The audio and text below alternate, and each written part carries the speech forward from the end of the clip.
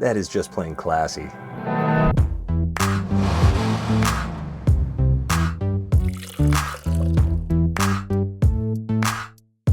Welcome to the Bourbon Van. I'm Phil, and today we are tasting a very unique whiskey. This one comes to us from Wales.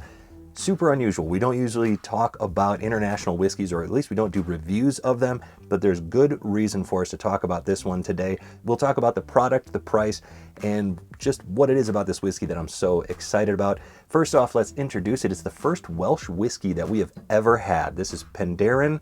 No idea if I'm saying that right. Single malt Welsh whiskey.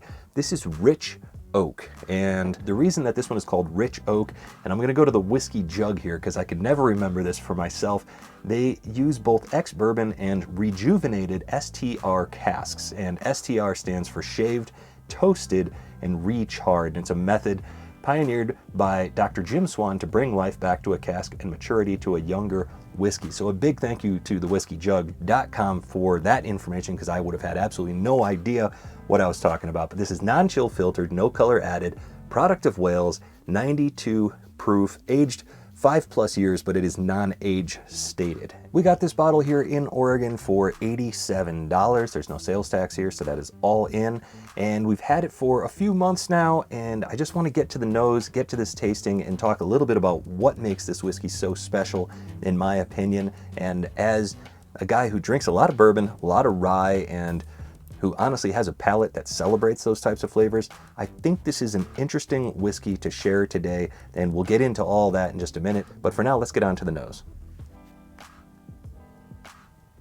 So it definitely doesn't smell like bourbon. There's honey and a lot of vanilla. The oak presence there is nice, it's pleasant, but it's not overwhelming. You're not getting a ton of that caramel or the rich dark oak that you might expect from an American whiskey per se, but the vanilla that shows up does have a little bit of that oak presence on it. So maybe a vanilla bean, a little bit creamy smelling on the nose, if that makes any sense at all. It probably doesn't, but this whiskey just has a pleasant overall nose to it that is really enticing and inviting, makes you want to take a sip. And at 92 proof, when you get your nose in there, it's very gentle. There's nothing offensive about it at all. Let's go in for a sip. Cheers.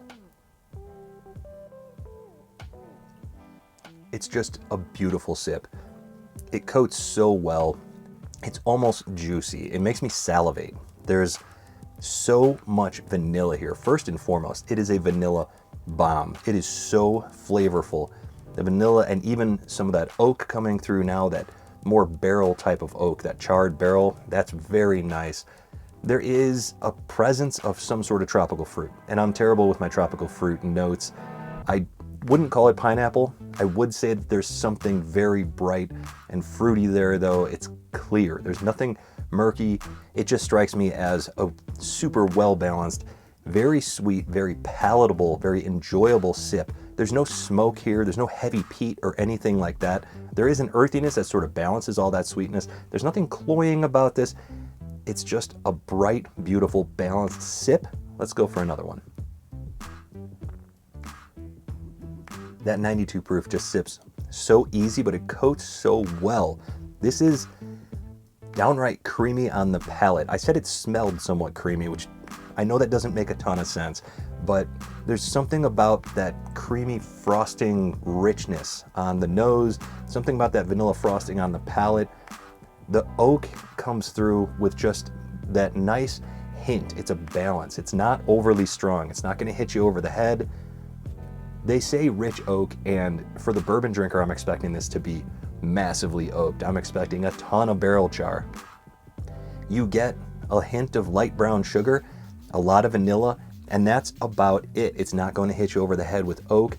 It's not overwhelmingly flavorful. It's just a nice, easy sip. Let's go for one more sip and check out the finish. A lot more vanilla on the finish. There's some cinnamon that's starting to show up here, very gentle. Everything about this, I would say, is gentle, balanced, and very enjoyable. So that's what you get from this whiskey. Through and through, a lot of vanilla, a little bit of oak. The fruit presence is definitely tropical in nature, and it's got a creaminess to it, like a vanilla frosting, a buttercream or something like that. But it's very, very easygoing, laid back flavors. And I think that's what I like so much about this whiskey.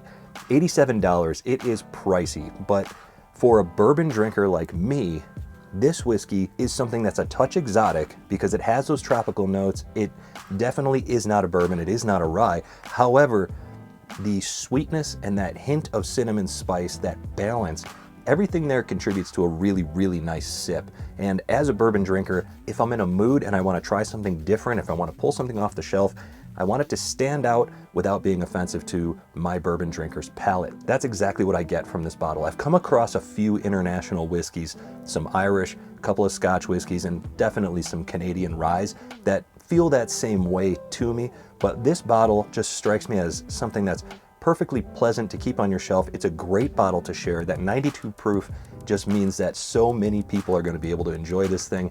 It doesn't blow you away on the palate, but it's a great looking bottle. It's a great tasting bottle. And even at $87, as a bourbon drinker, I have to recommend this bottle to other bourbon drinkers. I think it's fantastic.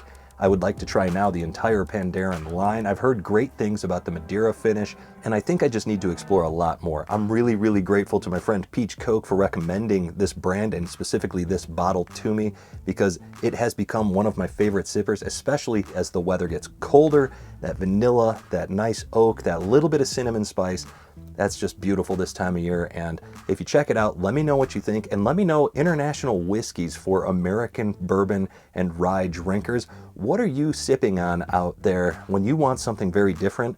What's the international whiskey that you think appeals best to the American drinker? I have a few in mind. I think we're going to have to do a video for that fairly soon, and I'll be very interested in your feedback. So there you have it, Penderyn Rich Oak. I'm obviously a huge fan of this. Let me know if you've tried it. Let me know what you think in the comments, and from wherever we are to wherever you are, cheers.